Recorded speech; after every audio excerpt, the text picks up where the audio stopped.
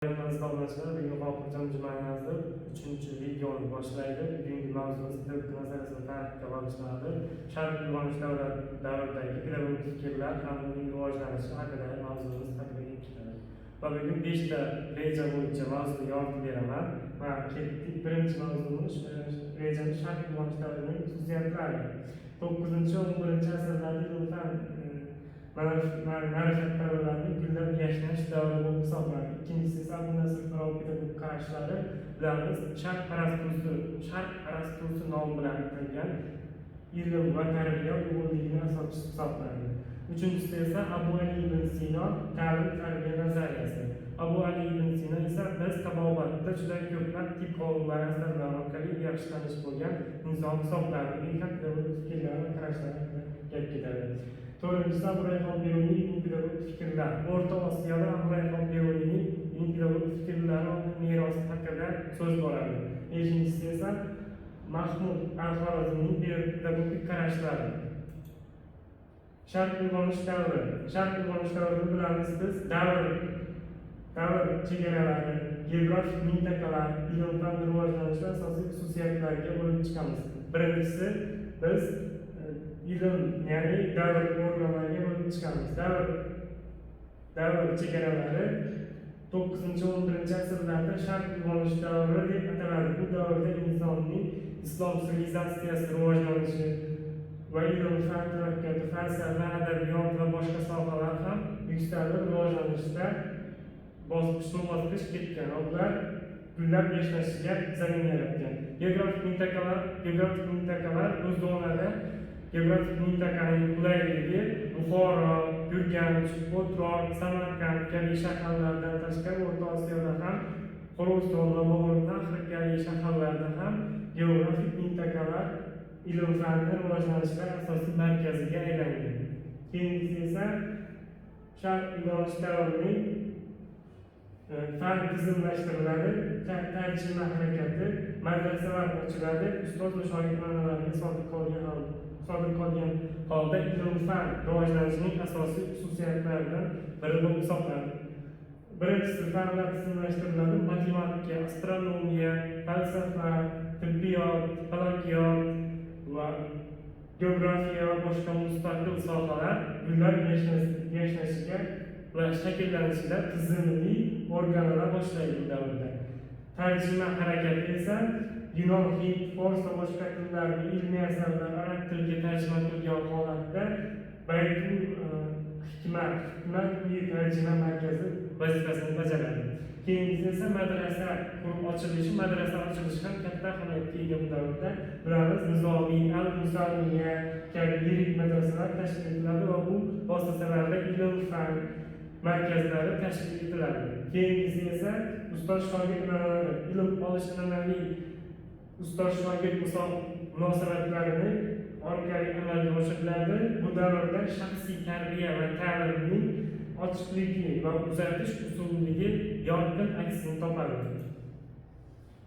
Bu davrning pedagogik ahamiyati biz bilamiz, asosiy pedagogik tamoyillar ilm-fan va axloqiy uyg'unligi, insonparvarligi, ustoz-shogird ma'nolari hamda ilmiy olimlarning tarbiyaga ahamiyatlari. Bilamiz, birinchi ilm va xalq uyg'unligi. O'sha davrda ham falsafa, boshqa sohalarning rivojlanishi o'zi ta'lim tarbiyani ilg'or cheklanmagan va u tarbiyani uyg'unlikda olib beradi va bilim va kimlikni aqliy sifatlarni yanada rivojlantirishda asosiy tamoyillar bo'lib hisoblanadi. Insonparvarlik g'oyalari esa insonparvarlik, ya'ni qadr-qimmatni, huquqni, insonni erkinliklarini hamda hurmat qilish, ta'lim insonning kamolotga yetkazishning asosiy o'rni vazifasi bo'lib hisoblanadi. Keyingisi esa ustoz-shogird ma'nolari. Bilamiz, sharq munosabatlarida ustoz-shogird ma'nolari orqali bilim uzatish va tarbiya, nafaqat bilim balki hayotiy ko'nikmalarni ham ustozidan egallashi mumkin bo'ladi shogirdlarimiz.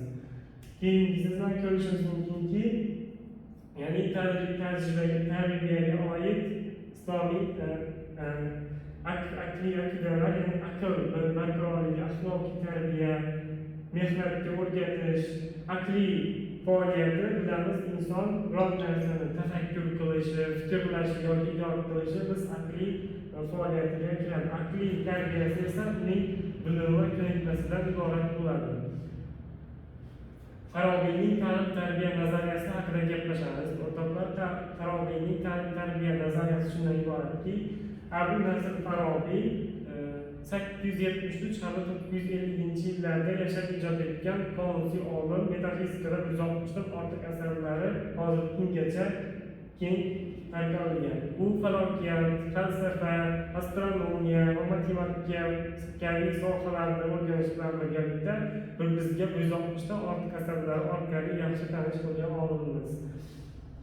Ta'lim-tarbiya haqidagi asosiy fikrlar. Ta'lim-tarbiya haqidagi asosiy fikrlari o'rtoqlar, ta'lim degan so'z insonga o'qitish, tushuntirish, asosan nazariy bilimlarni bevosita berish, ma'lum bir hunarni egallash uchun zarur bo'lgan amaliy malakadir. Insonparvarlik g'oyalari o'sha davrda ham insonparvarlik g'oyalari keng qo'llangan, tarbiyalanuvchi ixtiyoriy tarzda zaruriy aqliy va axloqiy xislatlarni egallashi lozim bo'lgan va to'g'rilik va haqqo'ylik, haqiqiy rostgo'ylik insonni jasur va do'stlarga sadoqatli bo'lishida ahamiyatni keltirib chiqardi. Tafakkur va nutq rivojlanishi, insonga xos tafakkur va nutqning rivojlanishi bu davrda ham ilm-fan tarbiya asosida tashkil etilgan muhim jarayon hisoblanadi. Inson dunyoviy taraqqiyotining eng mukammal bosqichlarini bilishi bu bizning o'sha tafakkur va nutqimizni barqarorligini belgisi hisoblanadi. Aqliy va axloqiy rivojlanish esa bu davrda ta'lim-tarbiyani axloqiy va aqliy tomondan ham yetkazishgan va yetuk rol o'ynashda asosiy rol qaratilgan va kerak nazariy ilmlarni ham amaliy harakatda ham ko'rsatishga harakat qilishgan. 12 ta tug'ma xislat bilamiz bizni hozir yoki komil inson bo'lib yetishishimizga asosiy turtki bo'ladi. 12 ta xislatimiz. Bular bizni rostgo'yligimiz, donoligimiz, tez fahm qilishimiz, kuchli xotiramiz, teran fikrimiz, muhim xislatlarimiz, adolatli bo'lishimiz, buyuklikka intilishimiz, g'urur va vijdonimiz shakllanishi va ravon nutq bilish ishtiyoqimiz hamda nafsimizni tiyish kabi illatlarni bilsak, biz hozir inson bo'lib yetishishimiz kafolatlaydi. Keyingisi Farobiyning tarbiya usullari va maqsadlari. Farobiyning tarbiya usullari va maqsadlari haqida gaplashar ekanmiz. Avvalambor tarbiya berish usullari. Bu bitta, ikkita, uchtaga, seplikka bo'lib o'rganiladi. Tarbiya bilish usullari Fozil shahar konspetsiyasi. Asosan bu davrda o'zi tarbiya va ilmni yuksakligi juda odobli xislatlarimizni, faqat o'sha bizni axloqiy va ma'naviy xislatlarimizdan tashqari axloqiy xislatlarimiz birma-bir mujassam qilishimiz bizni o'sha tarbiyamizni eng odilona ekanligini ko'rsatib beradi. Va keyingisi esa nutqimizni bilish jarayoni. Bilamiz, o'sha ko'plab saboqlar bor, insonlarga ilmiy nutqlarni berish kabi ko'plab qo'llanmalar bor. Hikmatli gaplar, hikmatli so'zlardan qo'llanilishi yoki xalq og'zaki ijoddan ozgina bo'lsa xabar bo'lishi bizni nutqimizni va o'rganish bildiradi. Bayonotishni ham o'zaro kafolatlaydi. Fozil shahar konspetsiyasi esa haqiqiy baxtga erishish usullaridan biri bo'lib hisoblanadi. Bu bizga o'zimizni yordam bergan, o'zimizga yordam berishgan, birlashgan kishilarning ham faoliyatini jamoa bo'lib o'rganishimizga olib keladi. Fozil shahar xususiyatlari o'zaro yordam, hamkorlik, to'la erkinlik va tenghuquqlilik, yuqori madaniyatli va ma'rifatli inson ekanligimizni, istagan kasb-hunarni egallab olish imkoniyatlarimiz. Ibn Sinoning tarbiya nazariyasi haqida gaplashar ekanmiz. Abu Ali ibn Sino 980-yilda Buxoroning Afshon qishlog'ida dunyoga keladi va 1037-yillargacha umr ko'radi. Shu umr da biz Sharqda Ibn Sinoni Sharq Avicenasi deb atasak, u bor yo'g'i 2 yil umri davomida tarixga juda katta falokiyot, falsafa, fiqh, metafizika, ya'ni tibbiy tabobat va fiqh ilmlarini o'rganadi va mantiq ilmlarini ham egallashga muvaffaq bo'ladi. Bu bobomiz faoliyatda o'sha yashash chog'i davomida 10 dan ortiq asarlar yozib qoldirgan, bizga qoldirgan va bu asarlarning eng kattasi At-Qonun at-Tib asari hisoblanadi. Ya'ni tib qonunlari asari bizga yaxshi tanish. Bu asarlar haqida gaplashayotganmiz. At-Tib qonun al-Urs, ya'ni tib qonunlarini umumlashgan holatdagi usullari va keyingisi